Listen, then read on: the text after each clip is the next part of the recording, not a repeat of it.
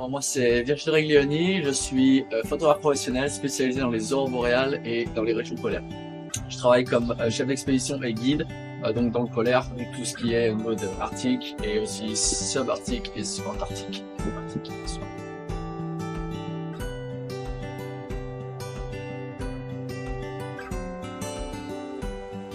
Alors, j'ai découvert cette passion en 2016 quand je suis arrivé en premier temps dans les régions arctiques et donc en Laponie finlandaise. Et là, j'ai, on va dire, voulu développer un peu ma photographie lorsque j'ai rencontré mes premières aurores boréales. C'est là où on va dire, j'ai réussi à attraper la bug arctique, on va dire. Et c'est devenu maintenant une obsession un petit peu d'essayer de capturer des images qui sont puissantes, avec une histoire derrière et dans des endroits vraiment reculés sur la planète.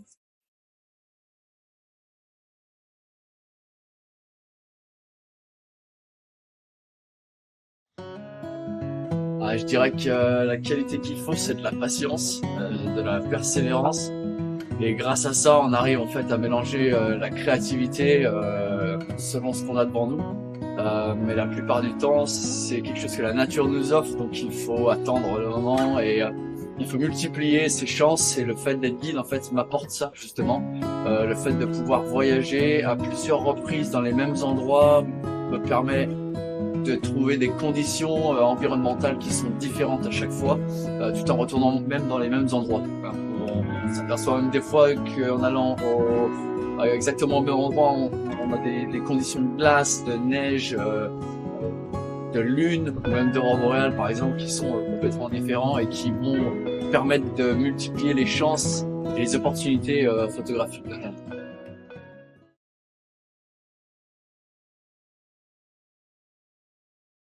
Alors l'Arctique, bon, on va dire que c'est les aurores, hein, c'est ce qui a boosté un petit peu toute ma carrière en tant que guide, on va dire.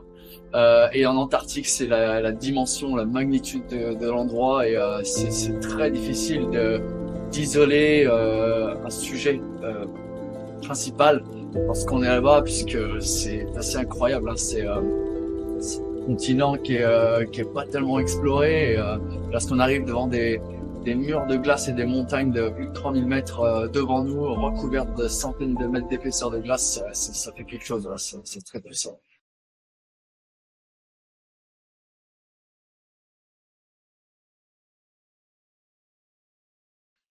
Alors, il y a quelque chose qui devient un problème de nos jours, hein, c'est l'invasion de AI, l'intelligence artificielle. Et c'est vrai que moi, j'ai toujours essayé de développer mes images en essayant de créer une histoire derrière.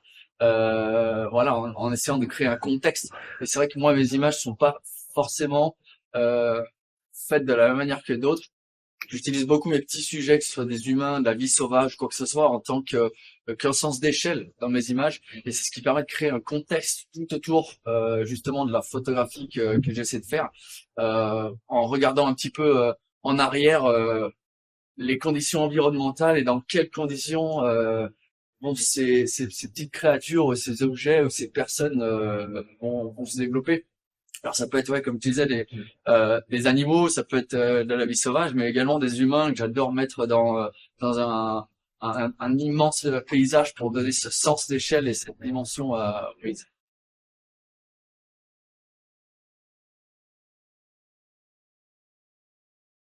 Et ben, je reçois toujours la même chose, d'ailleurs, que la première fois que j'ai rencontré une aurore boréale, je pense qu'on arrête tout. Je me rappelle que la première plus puissante que j'avais vue, j'étais en Laponie finlandaise et je guidais des motoneiges. Et avec moi, une dame et on s'est simplement arrêté. Et j'étais aussi ébahi qu'elle à l'idée de voir ce phénomène. Et c'est là où je me suis dit, bon, il doit y avoir quelque chose à faire avec la photographie, quoi. Et puis bah, voilà, ça s'est développé au fur et à mesure des années. J'ai commencé à apprendre la science qu'il y a derrière, le phénomène, pour pouvoir réussir à anticiper un petit peu, bien que ça reste quelque chose qui est euh, très dur à faire, hein, puisque même les scientifiques à l'heure actuelle sont encore perturbés par ce phénomène. Mais voilà, on va dire que c'est un petit peu le déclenchement de ce qu'on ressent lorsqu'on voit des aurores, et surtout pour la première fois.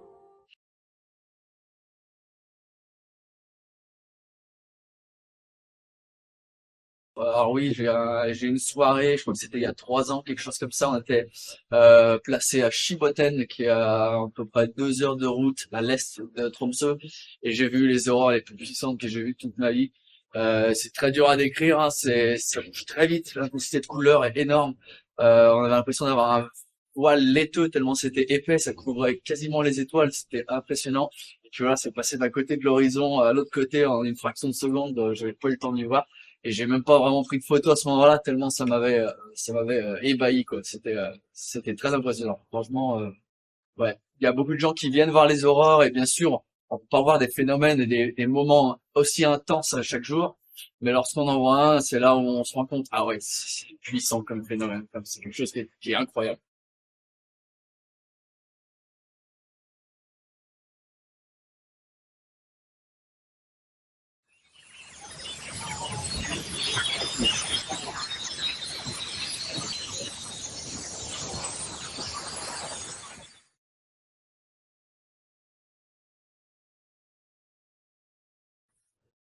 Alors non, jamais. Il y a des scientifiques qui ont recherché justement par rapport à ça, voir si c'était faisable ou pas. Et en fait, c'est vrai que entre notre couche d'atmosphère dans laquelle on est, l'air qu'on respire, qui est la troposphère, jusqu'à la ionosphère dans laquelle les aurores se produisent entre 80 km, voire plus, jusqu'à 200, 300. Entre ces deux-là, on a la mésosphère qui est à moins 100 degrés Celsius et en fait ça a été étudié que c'est très difficile pour le son de pouvoir traverser cette couche et de transporter le son jusqu'à nous. Donc ça explique l'une des raisons pourquoi c'est très compliqué d'entendre, que ce soit des craquements, des sons, des sifflements, quoi que ce soit. Moi personnellement, j'ai jamais entendu de son d'aurore boréale, même les plus puissantes qui puissent exister. Après même des années, bientôt 7 ans maintenant que je chasse les aurores, ça m'est jamais arrivé.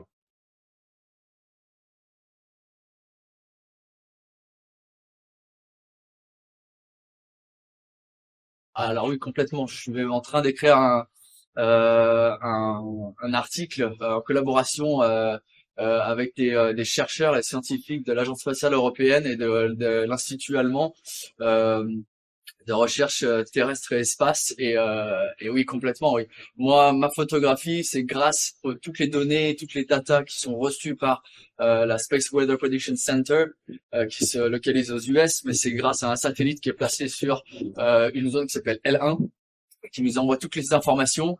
Alors c'est vrai que c'est des informations qui sont live, avec des données qu'on peut encore analyser genre 1 heure à l'avance ou selon le lead time, on appelle ça, à savoir comment vont agir ces particules, à quelle vitesse, à quelle densité, quelle orientation magnétique lorsque elles frappent le satellite jusqu'au moment où elles arrivent. Alors après, il faut savoir qu'il y a un temps, bien sûr, entre le moment où cette activité magnétique arrive sur le satellite jusqu'à ce qu'elle arrive chez nous. Et on appelle ça donc le lead time, qui peut être à peu près 60 minutes, 70 minutes.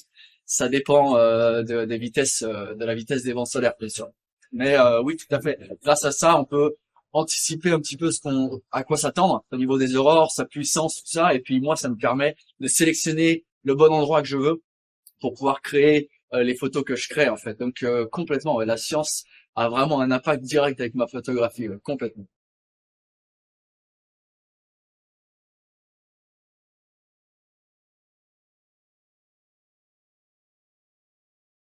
Je pense qu'il y a beaucoup de fois où on se rend compte que l'humain en fait essaie de chasser ces phénomènes naturels, essaie de toujours trouver, mais il faut laisser un petit peu la nature, je pense, pour faire son cours tout simplement, être au bon endroit au bon moment et puis profiter de l'instant et attendre la nature de nous offrir ce qu'elle a à nous offrir. Et il y a des fois, et des maintes des fois que je sors et que je ne vois absolument rien. Et c'est la nature, c'est comme ça, on peut pas y faire grand chose et ça reste quelque chose qui est imprévisible et ça reste quelque chose qui est naturellement magique tout simplement et qu'on ne peut pas contrôler et que ce soit en vie sauvage, que ce soit avec par exemple les ours polaires à Svalbard ou que ce soit avec les aurores boréales, c'est un phénomène par exemple qui est naturel et qu'on ne peut pas contrôler donc le mieux c'est de laisser la nature venir vers nous et de pas essayer de chasser tout le temps ces phénomènes.